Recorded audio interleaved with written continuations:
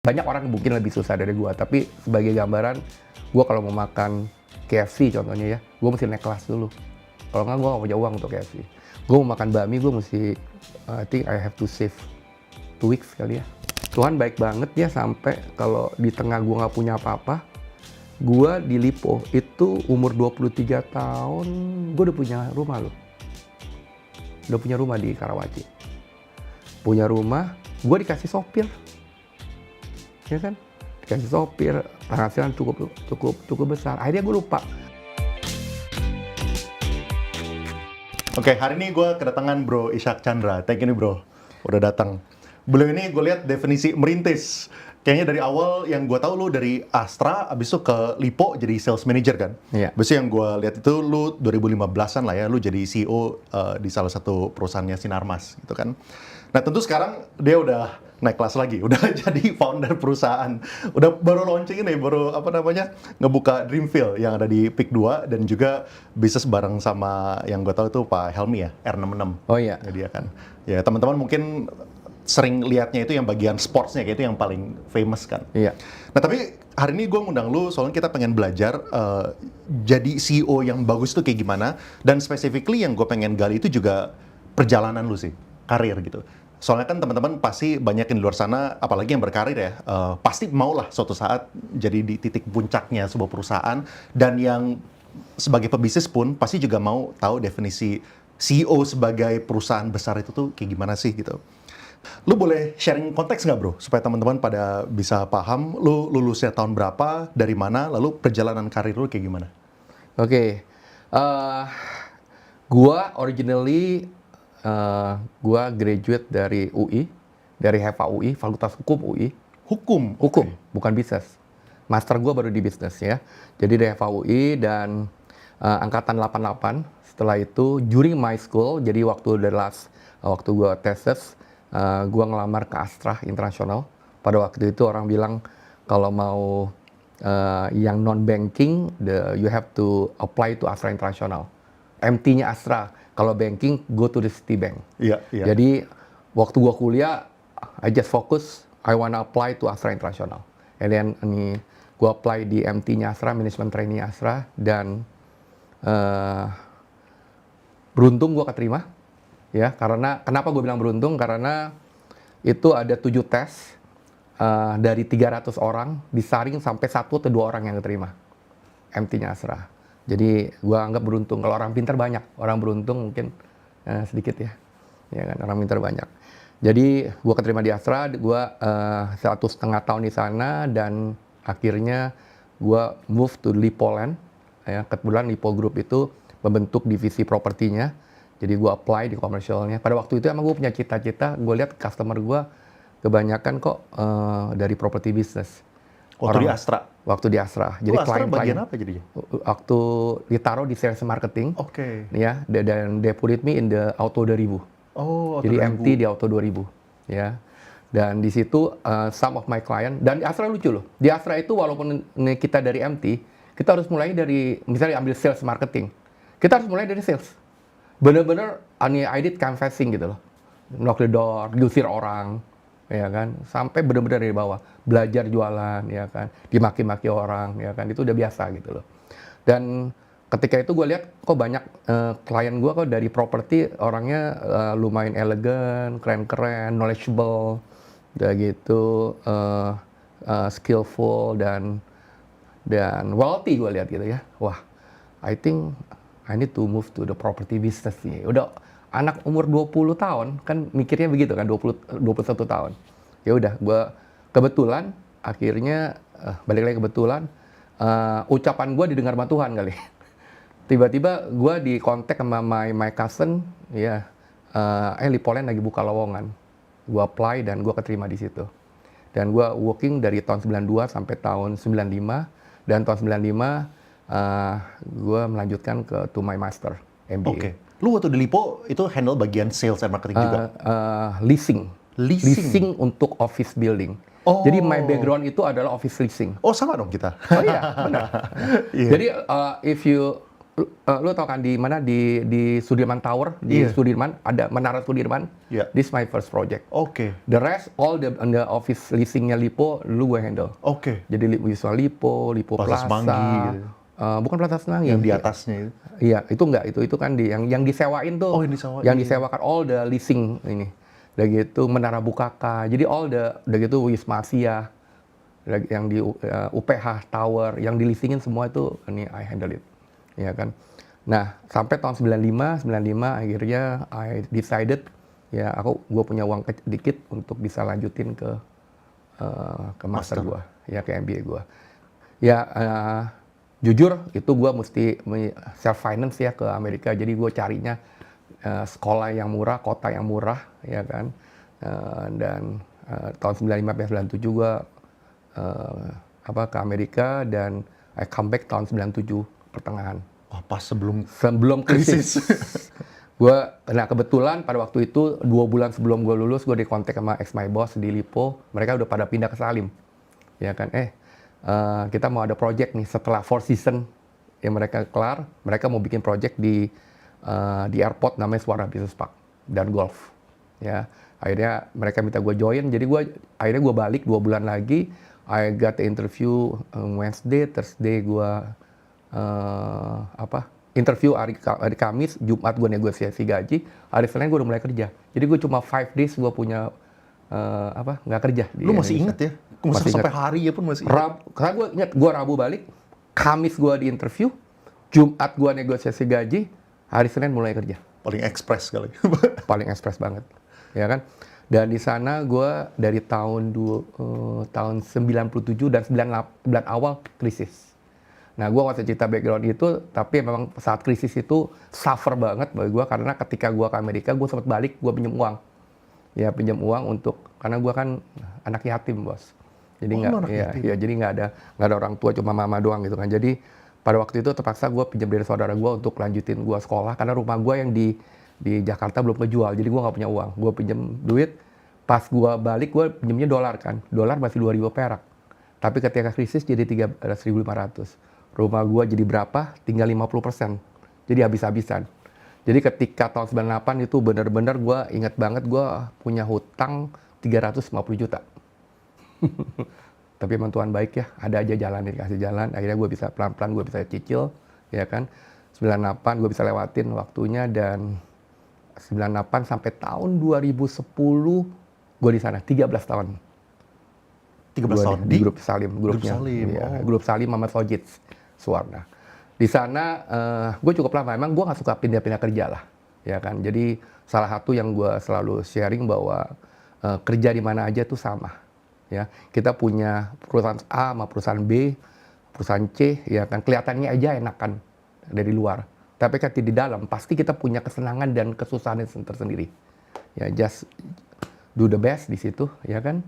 Dan gue nggak pernah komplain sama my boss, sama my company. Jadi gue 13 tahun gue enjoy karena di situ gue dikasih kepercayaan, ya kan, untuk bisa istilahnya put it my all the idea there. Bahkan ex my boss Pak Hendra Lim itu bahkan ketika gue tahun 2010 kebetulan gue dapet master franchise Old Town White Coffee. Di situ gue salah satu bisnis gede yang gue mulai. Nah, itu bisa sendiri? Bisa sendiri. Nah, pada waktu itu gue nggak dikasih keluar, tetap di sana. Malah my boss itu, my ex boss, ya udah gue joinan sama lo. Jadi akhirnya itu jadi sama-sama. Istilahnya dia bilang, lu cipin 5, gue cipin 5, lu cipin 10, gue cipin 10. Ya kan, pokoknya gue nebeng hoki lu aja katanya. Ya udah. Ya akhirnya gue jadi lebih enak kan. Jadi kerja, tapi juga punya bisnis yang pattaran my boss gitu loh. Yang lain jadi one of the inilah. Franchise itu jadinya ini? Masternya seluruh Indonesia gue yang pegang. Oh. Tahun 2010. Berarti lu sambil kerja, sambil punya bisnis juga? Iya, 6 bulan. Dan pada waktu itu, gue udah sempat diminta join ke Sinarmas Group. Pada waktu itu gue sempat mereject lah. Dalam tanda ini, mereject bukan apa-apa. Karena bukannya gue lihat Sinarmas is very big company. Tapi the idea adalah, I don't like to move around gitu loh. Ya kan, kalau ketika gue fokus, ya udah gue fokus ya di situ. Tapi ya ceritanya beda. Akhirnya proses 6 bulan, 7 bulan, ada hal suatu offering bukan masalah materi ya, bukan nih. Di luar materi yang susah gue tolak untuk tidak join ke Sinarmas Land. Apa itu? It's a challenging, the Challenge. challenge. Ya challenge di situ. Boleh share nggak sih dulu waktu di Suwarna yang lu handle apa? Apakah masih bagian marketingnya? Enggak, Lalu gue abis- mulai dari marketing manager, dari senior GM marketing sampai GM operation, sampai senior GM, sampai akhirnya gue jadi di everything, jadi CEO-nya. Jadi gue 13 tahun itu ya dari manager sampai CEO di Suwarna. sebelum lu pindah ke Sinarmas, Ya. jadi CEO di Di sana. Sinarmas gue masuk sebagai director, Oke. corporate strategy director. Dan gitu 2 tahun 3 tahun kemudian di restructure, gue salah satu managing director di sana. Kemudian berapa tahun kemudian gue diminta pegang project dan gue dijadikan salah satu CEO di sana. Oke, gue punya banyak pertanyaan. Tapi yang pertama bro, lu boleh sedikit elaborate nggak? Ini gue belum pernah tahu juga bahwa background lu tuh dari single mom kan, Iya. tadinya kan. Boleh sharing nggak kayak background itu kayak gimana gitu? Waktu lu masih kecil bahkan gitu. Apakah lu pernah ketemu sama sisi papa lu atau kayak gimana? Yes, jadi gue sebenarnya lahir dengan lumayan. My dad tuh sebenarnya lumayan berada. Dia businessman di Surabaya. Lumayan well known lah, gue nggak usah ini. Dan cukup lumayan. Gue tahu rumah gue lumayan besar lah. Dulu waktu kecil aja gue lihat, wah rumah gue gede juga ya, gue pegang ini kan. Tapi ya karena ada something, akhirnya umur 4 tahun, my dad bangkrut. Bangkrut dan meninggalkan hutang di mana-mana. Itu balik lagi, gue bilang itu karena judi. Ya, jadi gue bilang ke semua ini, judi itu nggak bikin kita buat kaya, tapi bisa bikin kita habis gitu loh. Iya. Ya kan, lu berapapun uang lu, berapa jago lu punya bisnis, sekali kena judi dan lu ketagihan ya habis. Jadi di situ gue learning something, gue umur 4 tahun, akhirnya gue dibawa mama gue ke Jakarta. Nah, dibawa ke Jakarta, is very suffer, karena my mom itu nggak siap untuk kerja. Akhirnya dia kerja di kantin, di restoran, jadi pelayan kantin, ya kan. Dan dia membiayai gue sekolah, ya kan. Jadi kalau ngomongin susah, lumayan lah ya. Gue kalau ya, banyak orang mungkin lebih susah dari gue, tapi sebagai gambaran, gue kalau mau makan KFC contohnya ya, gue mesti naik kelas dulu. Kalau nggak, gue nggak punya uang untuk KFC. Gue mau makan bakmi, gue mesti, I think I have to save 2 weeks kali ya. Maka itu gue suka bakmi banget. Karena pada waktu itu gue harus nabung seminggu sampai 2 minggu untuk bisa makan bakmi. Jadi uang jajannya ditabung dulu gitu ya. Dan gue suka banget namanya nasi ulam. Nasi ulam karena itu nasi ulam yang bisa gue makan. Karena cuma nasi sama bihun, sama kacang, sama tahu, sama dikuain. Jadi murah. Di kota kan di situ kan. Jadi itu cerita background gue. Ya kan sampai mama gede, gue ditampung sama AI gue. Jadi my auntie punya anak-anak, gue tinggal bareng sana, gue dibesarin sama mereka. Mama gue kerja di Bogor. Oke. Ya bolak-balik, setiap minggu balik gitu loh. Karena ya itu, karena dia ikut bosnya, ya kan. Iya, iya. Ya dan ketika gue mau sekolah pun, gue dulu nakal banget bro. Nakalnya minta ampun, makanya itu sih bilang, Ishak ini mungkin anak yang nggak tahu diri ya. Nggak tahu dirinya kenapa, udah miskin, nakal lagi. Udah nggak punya uang, nakal lagi, ya kan. Kerjanya berantem dulu, nakalnya tuh bukan karena ngobat atau apa, tapi berantem mulu. Kerjanya ngacau dulu, gitu kan. Sempet dulu, kalau ada cerita, sampai dulu waktu gue di Buddha Hati Kudus, suster gue aja sampai bikin doa namanya doa roh jahat. Supaya roh jahat dalam gue keluar, katanya. Kan nakalnya minta ampun, ya kan. Nah anyway, akhirnya nggak kepikiran gue bisa keterima di UI. Karena nilai gue yang bagus cuma matematika doang. Terus gimana caranya? Kok bisa Nah diterima? itu, ya mungkin kan gue jago nebak kali ya. Akhirnya karena lagi itu gue sekolah gue disuruh apply Trisakti, Untar, Atmajaya, keterima. Mungkin gue di situ di tesnya gue ranking 1, lumayan ranking 1 semua loh. Tapi mesti bayar 2 juta, 2,5 juta di Untar, lumayan mahal gitu. Akhirnya kita decided untuk masuk Untar. Gue ikut UMTN juga ke UI dan keterima. Gue nggak tahu, mungkin waktu tes gue lumayan lagi nebak-nebaknya ya. Akhirnya gue keterima di UI. Keterima di UI akhirnya bersyukur lah, kalau nggak gue nggak bisa sekolah. Karena Untar mahal juga. Ya waktu itu mau bayarnya bingung kan. Akhirnya gue keterima di UI, gue masuk UI. Dan keterimanya di pilihan kedua. Karena pilihan pertama ekonomi gue nggak terima. pilihan keduanya adalah hukum. Kan di situ katanya ada hukum ekonomi, ya udah, gue ambil. Iya, iya. Ya kan, dan gue sadar itu kelemahan gue, karena gue ngafal tuh susah banget. Ya kan, kesenggol dikit lupa gue. Ya kan, tapi kalau ngomong bicara angka, bicara logik, ya kan, bicara ya pokoknya everything about di luar ngafal, ya lumayan lah. Ya Iya, kan? iya. Nah, terus lu pernah ketemu sama papa lu lagi gitu setelah? Enggak, jadi Udah nggak pernah ketemu? Jadi ketika gue habis keterima di UI, 6 bulan kemudian mama meninggal. Oh, Mama meninggal, di situ benar-benar gue, waduh gue down banget. Dan dia nggak ninggalin apa-apa, ya, karena memang dia nggak punya apa-apa. Dia hanya ninggalin 5 juta, nggak punya rumah, nggak punya apa. 5 juta pada waktu itu, 1 juta gue gue beliin motor 500 ribu. 500 ribu gue taruh di Bank Niaga. Jadi sahamnya Bank Niaga, gue ingat banget gue beli itu. 4 juta gue taruh di bank gelap, di simpan pinjam, yang bunganya 8%. Pertanyaannya kenapa ditaruh di situ kan? Karena pada waktu itu I'm really down ya kan, dan gue berpikir bahwa wah I need to be ngambil master nih. Kalau cuma di S1 doang nggak cukup buat ini. Nah gue hitung-hitung pada waktu itu kalau mau ambil master tuh kurang lebih 20 jutaan. Dan uang cuma 4 juta. Ke 20 juta berapa 4 tahun nggak cukup dong. Gue hitung-hitung, waduh. Kalau gue masukin, gue compounding nih dengan 8% nih. Ada yang nawarin 8% sebulan. Namanya anak umur 18 tahun. Nggak, pikirannya dia bunga gede gitu kan. Ditaruhlah di 2 tempat, 2 juta, 2 juta. Gue pikir kalau gue split day ini kan resikonya lebih turun. Ya. Ternyata 6 bulan bergulung terus. Gue taruh lagi di situ. Dan pada bulan ke-7 gue lagi datang untuk memperpanjang, tutup tempatnya. Gue tempat satu lagi, tutup lagi. Jadi 2 tempat tuh hilang berbarengan. Dan disitulah gue ngerasa gila, gue benar-benar kehilangan hope. Sesuatu yang gue benar-benar gue harapkan untuk ini malah hilang semua. Umur 18 ini? 18 tahun. Dan yang gue nyesel adalah, itu adalah uang dari mama yang dia puluhan tahun dia kerja untuk menghasilkan itu. Dan gue bisa buang begitu aja. Wah, di situ gue rasanya, gue pada sempet di motor, gue naik motor, gue tuh kalau bisa di situ gue udah blank banget, ya kan. Itu dalam sana itu, gue rasanya either gue mau, pernah sempet kepikir apa gue tabrakin aja pada waktu itu ya. Gue sempet udah down banget di situ. Ya mungkin Tuhan masih ini, udah. Akhirnya gue jalanin ini.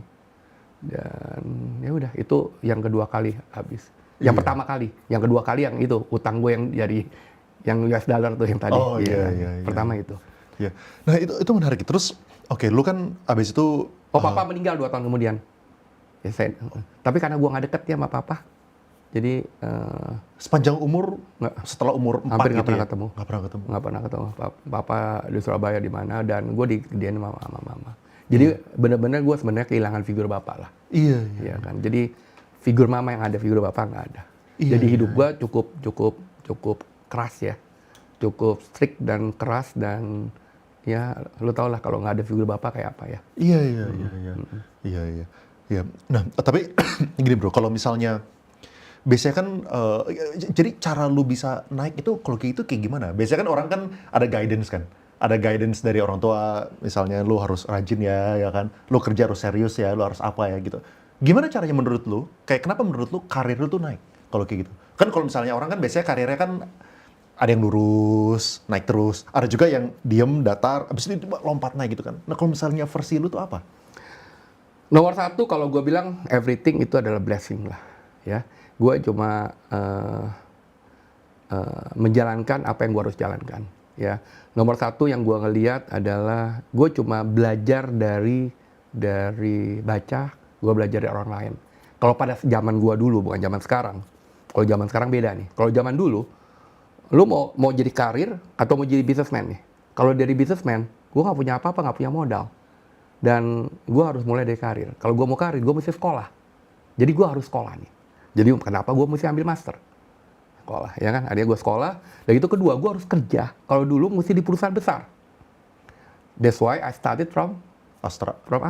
Kebetulan gue diterima. Dari Astra, banyak lah ketika lu masuk MT-nya Astra yang nawarin lu banyak. Tapi ketika udah bukan yang ngomong Big 10, Big 5, gue nggak bakal mau gitu loh. Nah, pada waktu itu ada Lipo kan Big 10, Big 5 gitu kan. Ya udah, masuk ke Lipo. Habis Lipo, gue tahu gue mesti sekolah, Itu gak salah satunya. Sebenarnya gue lupa sekolah. Karena selama gue di Lipo, gue enjoy banget.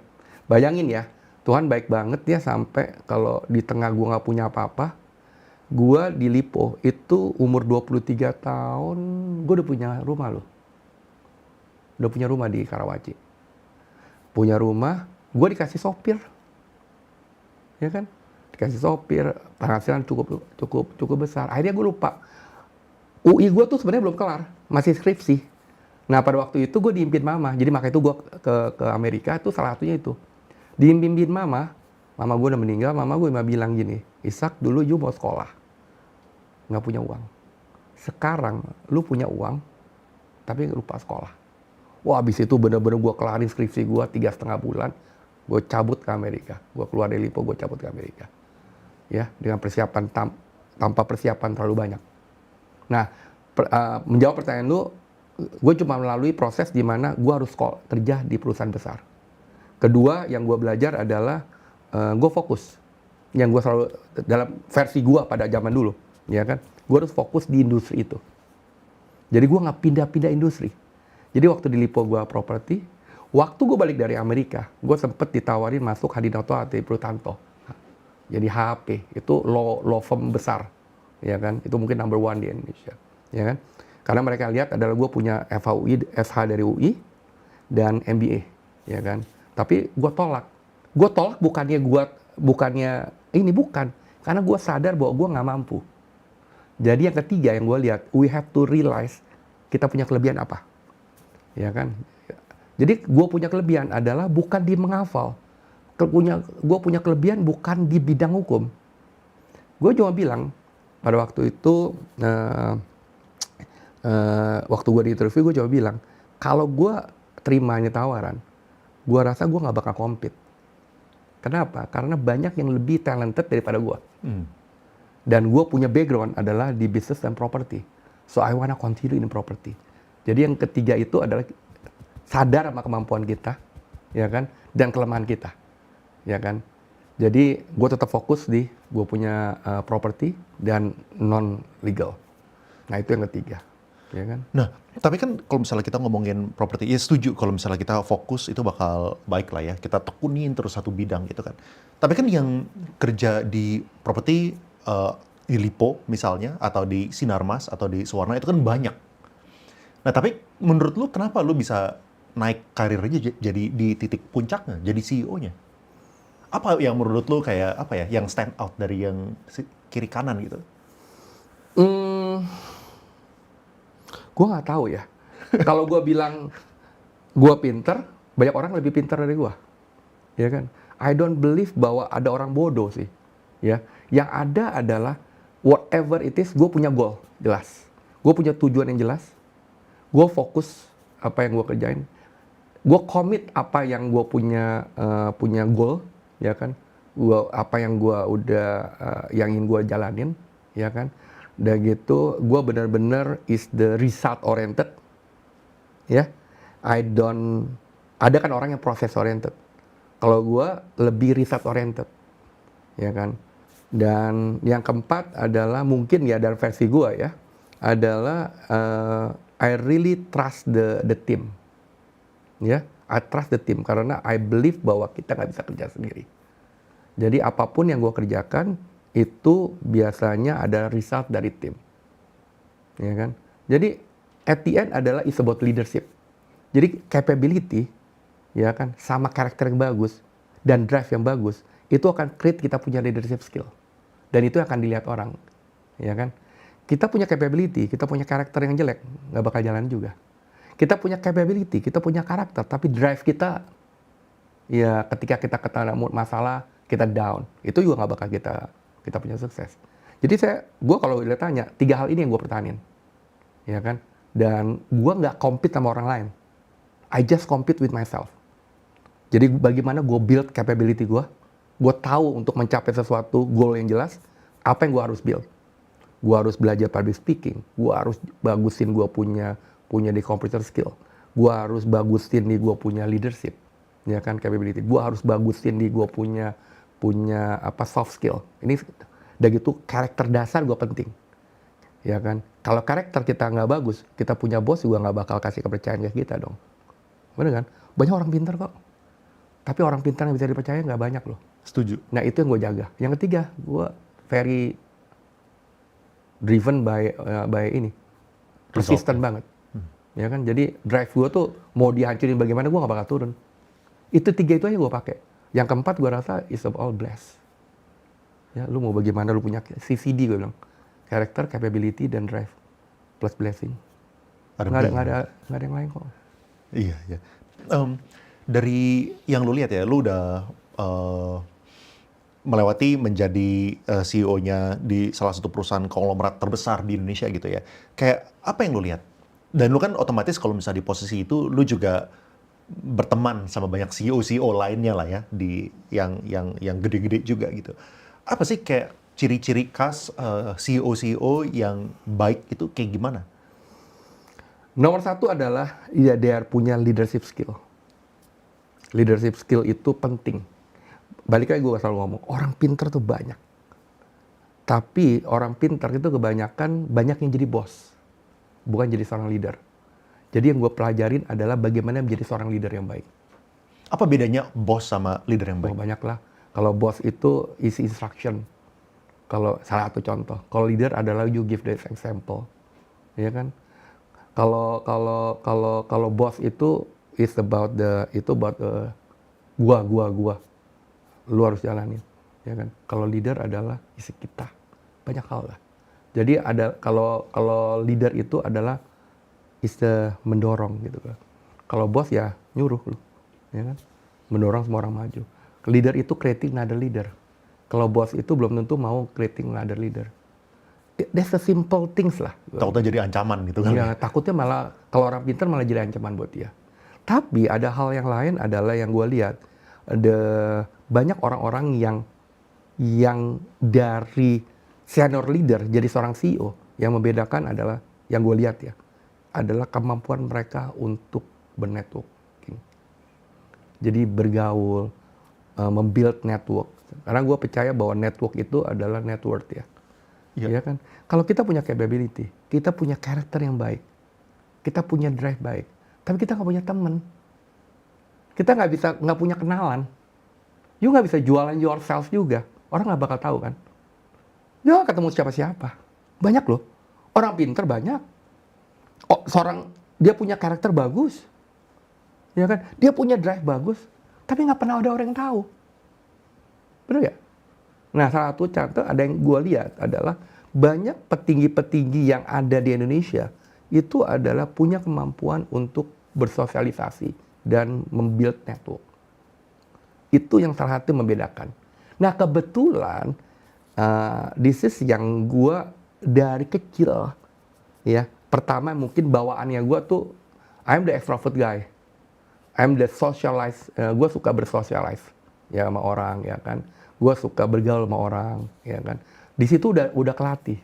Kedua adalah gue biasa berteman sama orang-orang yang lebih tua, sama orang-orang yang lebih senior. Dan gue tidak malu untuk masuk ke lingkungan baru. Di situ karena gue bisa mempunyai kenalan baru, ya kan. Gue nggak ragu untuk bertanya sama orang, even bertanya sama bawahan gue, apalagi sama orang lain yang lebih senior, ya kan. Itu yang gue lihat membedakan itu. Jadi membedakan kalau banyak CEO di Indonesia, gue lihat yang ini itu salah satu yang membedakan dia, ya kan? Lu nggak mungkin dong punya orang pinter, punya anak bagus, tapi ketemu orang ya udah diem, ya kan? Lu nggak bisa menjual diri lu sendiri, ya kan? Jadi kemampuan itu penting. Iya, iya. Itu yang membedakan tuh. Setuju. Ini gue ada beberapa pertanyaan dari publik nih. Yang pertama, cara main Konglo itu kayak gimana?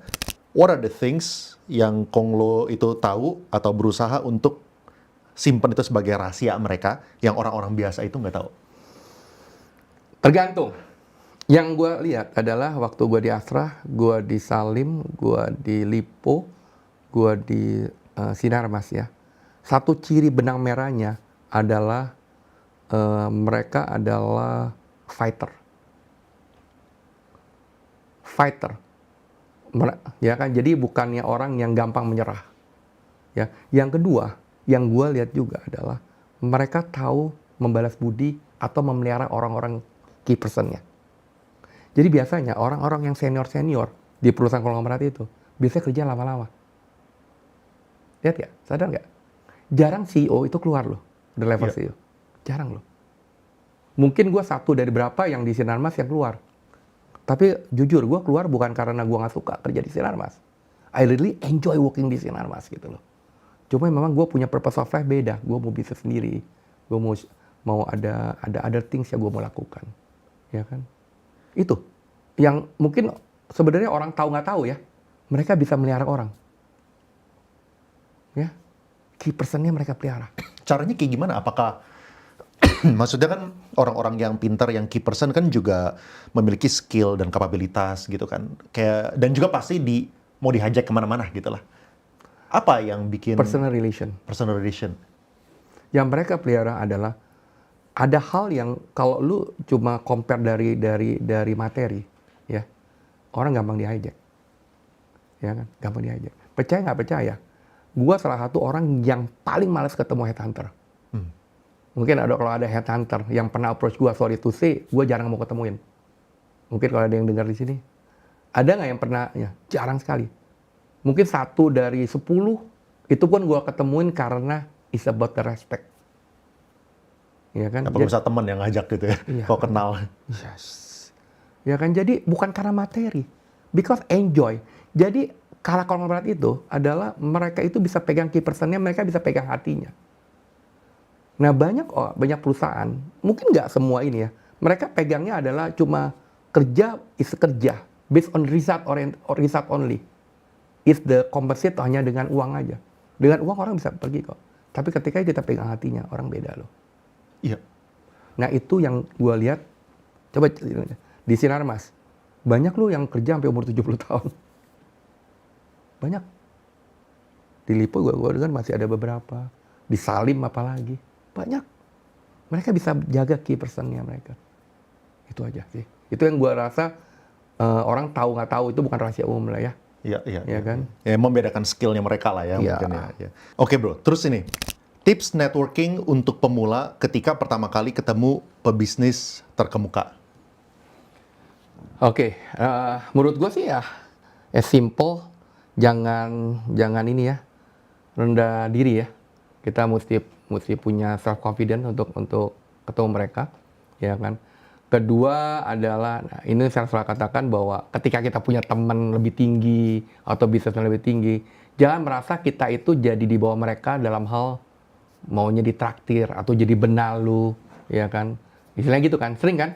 Wah, gue pergi sama dia, bawaannya karena pengen ditraktir terus. Wah, itu no big no tuh. Ya. Jadi ketika kita mau punya teman seorang someone, ya, we have to put it, kita punya posisi kurang lebih adalah sama mereka dalam hal ini seperti teman gitu loh. Kalau namanya teman kan kita mesti gantian bayar lah, ya kan, bukan mau ditraktir terus kan ya. Iya. Jangan mentang-mentang dia lebih tinggi dari kita, dia lebih kaya sama kita maunya ditraktir terus. As simple as that. Ya. Setuju. Ya kan. Yang ketiga ya itu, jadi keep the informal relation. Itu gue selalu katakan informal relation itu penting. Kalau kita berhubungan sama orang karena hubungan bisnis doang atau hubungan yang formal doang, you nggak punya namanya personal relation. Nah itu yang gue selalu jaga adalah atau gue selalu build. Ketika gue ketemu orang, I try to put it the informal communication dan relation. Jadi hubungan personalnya ada. Itu yang gue lakukan ya. Gue nggak tahu kalau orang lain. Kalau lu gimana kalau buat networking? Kalau misalnya buat gue, mungkin kalau misalnya dulu gue emang passionate belajar kali ya. Dulu gue tuh paling sering ngikutin event-event. Kalau misalnya dulu ada siapa sih, Pak Arman Hartono, dulu Gita Wirjawan, dulu kan zaman YouTube belum banyak gitu kan. Nah kalau misalnya gue tuh kepaksa networknya tuh ya gara-gara itu kayak dari 2012 sampai 2016, dari hari Senin sampai hari Sabtu, itu gue ikutin event terus, jadi gue kenal-kenal sama orang. Tapi apa ya, kalau misalnya yang versi gue sih, jangan ada udang di balik batu gitu. Ya. Jangan ada. Soalnya kalau misalnya kita tuh dari awal kita udah ngerasa, oh kita udah bidik nih orang, wah langsung buka laptop gitu kan, langsung kasih iPad gitu tentang properti apa yang gue pengen jual. So saat itu gue sebagai property agent gitu kan. Mungkin orang udah pada takut duluan Yes. gitu. Tapi gara-gara kebetulan saat itu sebagai profesional, apalagi di awal-awal gue mulai usaha, jadi network sebagai berteman aja gitu, pengen Itu bener banget. apa namanya, pengen berteman dan saling sharing lah. Nah, gue tuh dulu ini kebetulan secara tidak sengaja gue kenal A besok kenalin gue ke B kenalin gue ke C gue kenalin gue ke D kenalin gue ke E itu akhirnya jadi investor pertama gue. Bener. Itu sering banget bro terjadi. Iya. Sering banget terjadi. Oke. Nih pertanyaan selanjutnya ya. Hal yang tidak dilakukan Konglo dalam berbisnis, kira-kira apa bro? Yang mungkin orang-orang itu nggak expect atau nggak ada rahasia apa sih yang mereka lakukan yang mungkin secret ya buat mereka, tapi yang kita tuh nggak tahu gitu. Kayaknya nggak ada ya. Nggak ada ya? It's a business as usual loh. Mungkin- Cuma yang gue lihat adalah mereka is the fighter, Iya, itu ya. ya. Mereka drive mereka tinggi sekali dan mereka punya vision yang jelas. Mereka punya vision yang jelas. Mereka punya dream dan mereka lakukan, bukan punya konsep tapi mereka nggak eksekusi, ya. Iya. Dan ketika mereka punya goal, mereka try untuk eksekusi. Kalau gagal, mereka terus lagi eksekusi lagi, jalanin lagi, tapi mungkin dengan strategi yang beda. Goalnya tetap sama, gitu loh. Gue rasa itu secretnya sama kok. Makanya itu gue selalu bilang itu a drive. Drive itu penting. Ketika kita gagal, ada pilihannya. Dia stop, apakah atau dia lanjut lagi. Ya, gue nggak usah. It's a simple lah. My friend misalnya ada yang mungkin kalau you tahu yang satu my friends untuk partner gue di Dreamfield ya. Iya. Iya kan? Dulu waktu dia bikin F&B, ya pertama kali, itu namanya Cooking Panda ya. Itu 5 tahun mereka bleeding terus. Dari 5 restoran tinggal 1 restoran. Dan sampai mereka bilang bahwa mungkin Tuhan udah kasihan sama mereka kali ya.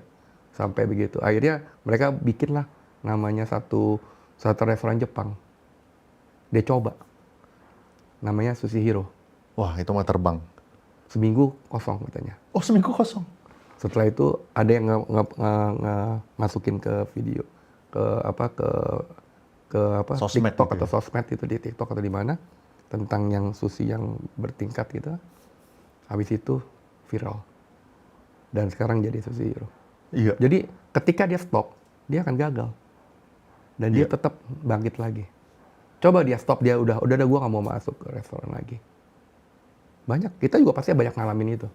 Nah, konglomerat, secret itunya salah satu itu. Dia punya drive, punya survival. Kita gagal kalau kita stop. Benar, setuju. Ya. Make sense, oke. Nih, sebagai orang yang udah pernah hit golongan super high class income, gimana kamu melihat dunia gitu? Oh, ini paling menariknya mungkin gara-gara from where you started kali. So dulu mulainya dari ekstrim, ya kan, yatim gitu kan. Abis itu sekarang udah pernah melewati high income, gitu. Apa yang berubah? Bersyukur.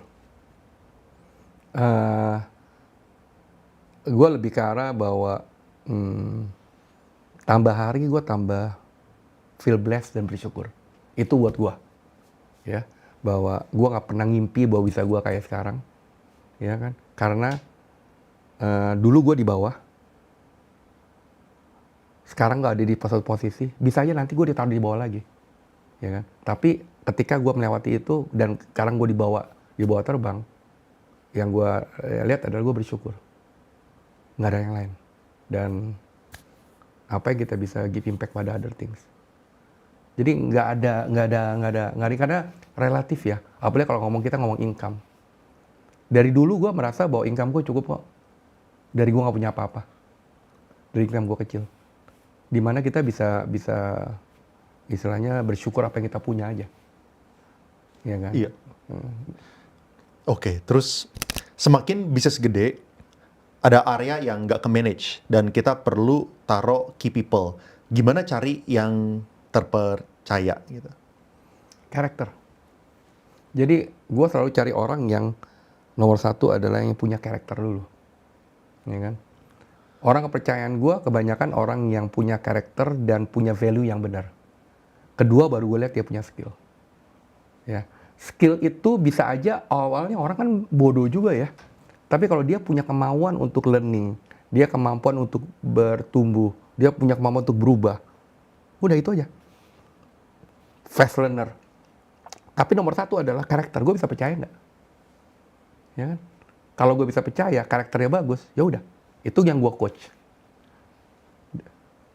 Simple. Setuju, dan gue suka dengan pertanyaan ini soalnya ini berlaku sebaliknya nih, bukan gimana caranya kita sebagai pemimpin usaha mencari orang, tapi gimana caranya orang yang mau naik dan yang mau jenjang karir itu naik, apa yang dicari gitu sama bosnya. Tapi yang utama menurut lo adalah karakter kalau gitu kan.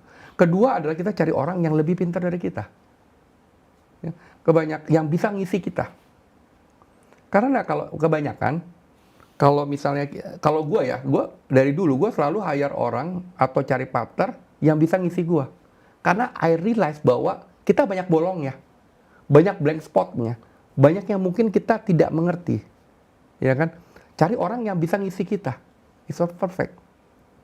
Nah, yang salah adalah kita try untuk hire orang, kita try untuk cari partner apapun itu yang sama kayak kita. Akhirnya ya bolong kita akan sama. Iya. Ya kan? Iya. Gue pengen ngomongin mengenai karakter nih bro. Soalnya itu kan hal yang kesannya tuh simple gitu kan. Ya karakter lu harus bagus, ya kan lu harus bisa dipercaya. Kesannya tuh kita semua udah pernah denger gitu. Tapi yang gue pengen tahu ya dari lu ya, seberapa jarangnya, how rare is it to find orang yang bisa memenuhi kriteria ini? Misalnya kita ngomongin persentase ya, dari 100 orang gitu. Paling gue 5%. 5%. Ya kan, Itu pun udah bagus. Kesannya itu pun udah bagus. Kesannya kan simple kan, kesannya harus bisa dipercaya, tapi orang bisa ngomong, bisa dipercaya. Orang bisa bilang gue punya value integrity. Gue punya value adalah gue punya honest. Gue punya value yang teamwork. Tapi dalam aplikasinya nggak seperti itu. Jadi apa yang mereka omongin sama mereka lakukan itu berbeda. Itu yang sebut gue bilang integrity. Bedanya jujur sama integrity itu.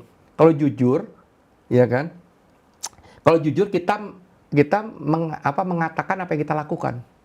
Itu jujur kan? Ya. Kalau integrity, kita melakukan apa yang kita katakan. Tahu bedanya kan? Kita melakukan apa yang kita katakan. Jadi kalau emang kita bilang, kita ngomong A, ya kita lakukan.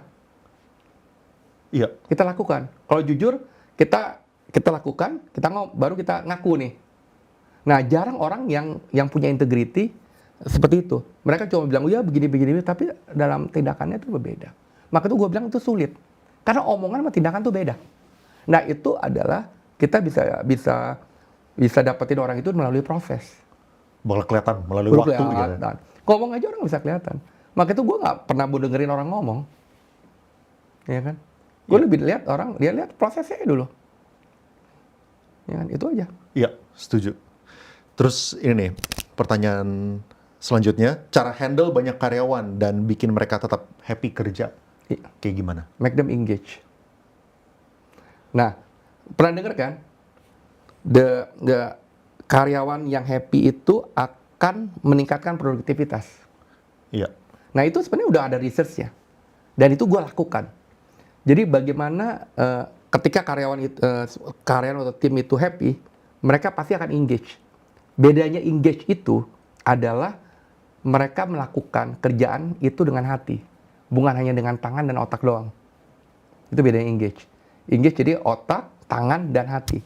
Dan ketika dia melakukan dengan hati, ya, dia engage, produktivitas mereka akan naik. Karena mereka melakukannya dengan hati. Mereka punya self belonging akan tinggi. Mereka akan acting sebagai perusahaan itu milik dia sendiri seakan-akan. Definisinya engage kayak gimana maksudnya?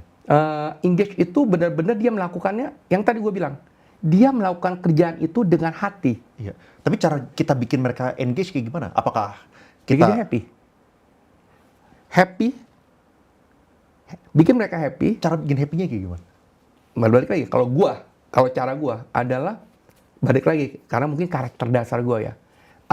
I really put them as my friend. Oke. As simple as that.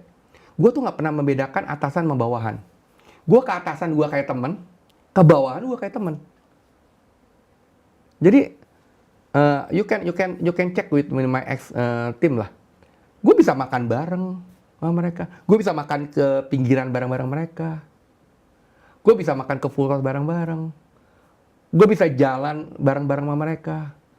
Nggak membedakan. Maka itu dulu gue pernah waktu di Sinarmas, gue makan di ITC. Pak, bisa makan di sini juga ya katanya. Karena banyak mungkin orang itu jarang makan di full court bareng-bareng sama staff-nya. Gue bisa duduk bareng, kalau gue punya ruangan, gue malah jarang tinggal duduk di ruangan gue malah kerja bareng-bareng mereka. Bari ngobrol, bari kerja. Ya kan? Gue ngopi bareng-bareng mereka. Coba rasain, kalau you have the boss, yang hubungan udah kayak temen. Susah nggak ninggalinnya? Ada relationship-nya juga gitu ya? Personal. Ke atas gue begitu. Gue lebih suka my team itu support me dibandingkan my boss support me. Karena kita kerja itu kan di backup sama tim. Bener nggak? Iya. Kerja untuk menghasilkan sesuatu, ya, untuk kepentingan buat di atas gitu loh. Iya. Tapi yang kerja kita barengan.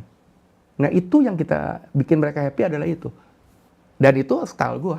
Make sense. Oke. Terus ini, kalau misalnya balik lagi ke umur 20-an dengan ilmu yang dipunya dan mulai dari awal lagi, apa yang akan dilakukan? Maksudnya? Jadi balik ke umur 20 lagi, tapi reset nih. Jadi duitnya ulang lagi, tapi skill lu udah tahu. Atau enggak, apa yang lu pelajarin sekarang lu udah dapat gitu loh. Apakah lu akan mengulangi hal yang sama atau Enggak. apa yang... Anak-anak sekarang punya cara yang berbeda. Dan gue tahu, karena gue juga banyak bergaul sama mereka.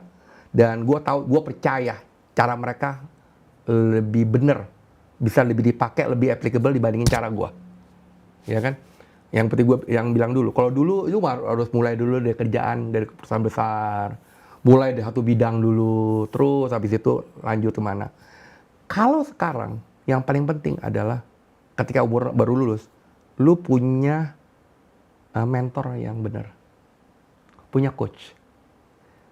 Kalau dulu kita nggak punya coach loh. Nggak punya. Apa itu coach? Yang ada bos kita. Iya. Sekarang cari coach yang benar. Cari mentor yang benar. Ya kan? Bagaimana kita yang dulu gue belajar 10 tahun, gue bisa pelajarin dalam waktu 2 tahun atau 3 tahun. Karena anak-anak sekarang maunya lebih cepat, benar nggak? Iya. Lebih fast track. Nah itu perlu cari mentor yang benar. Nomor 1 itu. Yang kedua adalah gue akan belajar hal-hal di mana yang gue sih simple. Orang itu kalau ngomong skill apa sih yang paling penting, ya kan? Pada dasarnya kalau lu orang marketing, tetap lu mesti punya kemampuan financial literacy. Karena itu darah lu. Kalau lu nggak punya kemampuan financial, repot. Lu mesti punya kemampuan jualan. Lu punya kemampuan untuk public speaking. Lu mesti punya kemampuan computer literacy. Ya, 5 hal itu yang lu punya. Ya, berikutnya baru karakter yang benar. Sisanya lu harus cari coach. Iya. Okay. Itu yang akan gue lakukan. Dan gue pasti akan bisa lebih cepat daripada yang lain. Iya. Dan bergaul. Iya. Dan, kalau misalnya menurut lu, pengusaha itu dilahirkan atau mereka bisa dilatih? Gue percaya bahwa ya business sense itu kayak atlet ya. Atlet kan ada orang atlet dia cepet banget ya belajar sesuatu olahraga atau musik dia talented. Businessman juga begitu. Talent tuh ada. Tapi bisa nggak dilatih? Bisa. Tapi orang yang punya talent mungkin belajarnya setahun, yang nggak punya talent 3 tahun. Kayak gue dulu. Gue mau belajar hukum. Mungkin gue belajar sesuatu, ya kan? Mungkin 3 kali lipat lebih lama dibandingkan orang yang punya talent di situ. Tapi ketika bidang yang gue ngerti, yang gue punya talented di situ, gue akan 3 kali 5 kali lipat lebih cepat dibanding orang lain belajar. That's why gue bilang, we have to understand kita punya kelemahan dan kelebihan apa. Ya, masuk Itu akal. penting banget. Masuk akal. Oke. Terus daily habit dia apa bro? Maksudnya lu ya, dari bangun sampai tidur lagi gitu. Bisa ngapain lo daily habitnya? Waduh. Lu nanya sih repot nih, karena kenapa? Gue suka komputer. Hobi gue ada di depan laptop. Jadi kemana-mana gue bawa laptop. Bangun tidur aja, buat sikat gigi apa-apa, mandi. Sebelum gue kerja aja, gue bukan nonton TV. Gue buka laptop, gue kerjaan gue. Karena gue kerja itu bukannya buat cari duit. Orang bilang kan, wah mana mungkin lu kerja bukan cari duit. Beneran. Gue suka kerja. Beneran. Dulu nggak ada uang pun gue kerja. Gue suka banget gitu loh. Jadi daily habit gue adalah, ya kerja. Ya kan, sehari-hari gue kerja. Kedua, makan. Iya. Ya kan, kerja, makan, dah hobi gue gitu. Sama family, karena anak gue lagi nggak ada, lagi di luar, ya mama bini gue aja sekarang. Iya, iya. Ya kan, habit gue begitu aja. Weekend gue jalan-jalan segala. Tapi sehari-hari gue kerja. Ya Iya. kan? Terus kalau misalnya networking, lu kira-kira seminggu tuh ketemu sama berapa? Wah, tiap hari gue ketemu orang baru. Setiap hari? Setiap hari gue ketemu orang baru. Karena gue setiap hari pasti gue meeting 3 sampai minimal 3. Dulu waktu di Sinar Mas, gue bisa meeting sampai 5 sampai 7 meeting. Ya, setiap hari. Minimal 2 hari sekali pasti gue ketemu orang baru. Tapi orang nggak habis apa gitu? Orang yang lu Habis. temuin. Kan gue bilang, lu dari A bisa ketemu B, B ketemu C. Bener. Ya? Iya. Tiba-tiba lu ketemu teman itu bawa teman lagi. Ketemu klien itu bawa klien lagi. Lu ketemu orang bank itu bawa teman lagi. Lu ketemu ada customer itu bawa teman yang lain. Dari sini nyambung lagi kemana-mana. Iya. Orang baru kan? Orang baru. Iya. Menarik. Oke. Terus tips naik jabatan di karir dan komunikasi yang baik ke atasan. Apakah berarti harus treat them as a friend gitu? Bukan lah. Respect is a respect, tetap harus jaga, ya kan? As a atasan. Tapi build the informal relation. Build the informal relation, oke. Ya itu penting karena ada kan lu ketika ketemu orang yang ketika mau bosnya bener-bener ya apa. Tapi ada orang yang kayak gitu tipenya. Ada orang yang orangnya informal banget hubungannya. Menurut lu ya bro ya, apakah itu harus dimulai dari atasannya ke bawahannya? Jadi dia yang mulai dulu nih, dia yang memberikan ruangan supaya bisa ada personal relationship yang informal, atau bisa sebaliknya, kita nih misalnya dari bawahan, kita yang mulai duluan gitu? Bisa dari kita duluan. Tapi kan nggak semua atasan Terima itu. terima. Iya. Balik lagi, respect you have to put it the respect. Dan gue bilang, respect itu bukan hanya ke atas loh. Ke samping, ke bawah you have to put respect. Ya kan? Jadi itu yang kita harus ajarin, apalagi ke atasan. Sama semua orang kita harus respect. Kedua, yang gue selalu pegang itu informal relation. Ya kan? Jadi you have to punya kemampuan untuk nge-build the informal relation. Penting banget itu. Iya, setuju sih, setuju. Ya. Gue gara-gara punya informal relation sampai sekarang setelah berapa ya? Setelah lebih dari 10 tahun masih bisa ngopi sama itu gara-gara ada informal relationship, betul. Iya. Jangan bikin kayak, ya bos gue aja, enggak. Iya. Wah dia orang ini, enggak. Build the informal, tapi tetap respect ya. Iya. You have to respect dan you harus tahu juga bagaimana. Tapi tetap informal gitu loh. Iya, masuk akal. Oke. Tips, kalau misal baru lulus, kerja dulu atau langsung bisnis kok setelah lulus kuliah? Tergantung tujuannya mau apa. Kalau tujuannya buat bisnis ya kan. Kalau gua emang tujuannya mau jadi businessman, sekarang gua akan mulai bisnis. Tapi gua akan berpartner sama orang yang punya jam terbang lebih tinggi. Gua akan belajar mereka. Ya kan? Tapi gue akan kerja, gue yang akan jadi partner mereka, nggak apa-apa minority, tapi ada yang nge-guide gue. Ya kan? Kalau lu mau jadi businessman. Tapi kalau lu mau jadi profesional, eksekutif suatu perusahaan, mau jadi CEO suatu perusahaan, ya kan? Sekolah dulu yang benar. Sekolah. Lu perlu master.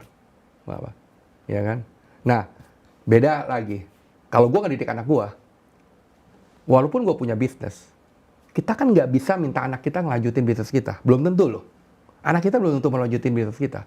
Maka itu yang gue ajarin ke mereka adalah bagaimana mereka bisa build on his or her own feet. Ya. Jadi caranya gimana? Anggap aja your parent nggak punya bisnis. Lu mesti kerja sama orang atau lu kerja sendiri kan? Ya kan? Itu aja dulu. Put it in his mindset, nggak ada warisan, nggak ada namanya bisnis. Lu harus kerja sendiri. Sekolah gue biayain, makanya itu otaknya gue dicuci gitu dulu, ya kan? Iya, masuk akal. Jadi apa namanya harus tahu dulu realita hidup dulu gitu Iya. kan. Nanti kalau tiba-tiba memang ada your parent itu punya usaha yang bisa lu warisin, ya it's the your bless, your bonus gitu loh. Iya. Tapi kalau sampai nggak ada, lu bisa bisa Bisa hidup. berdiri atas your own feet. Iya, setuju. Jadi anggap aja ya itu gue didik anak gue. Tapi sekolah buat gue karena gue tahu pendidikan, gue suruh dia sekolah dulu. Iya, iya. Iya Jadi kan? menurut Bro Ishak berarti sekolah bukan scam.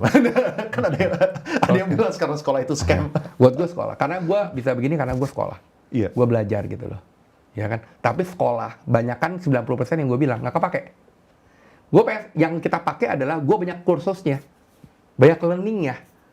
Wah, kalau gue dulu sekolah, waktu gue zaman-zaman umur 20 tahun, gue paling banyak orang yang suka datang ke workshop atau seminar. Seriously. Gue minta ke my boss, boleh nggak gue ikut ini, bisa ikut itu. Wah, paling rajin. Jadi, gue belajar banyak hal bukan dari sekolah loh. Gue belajar banyak hal dari kursus.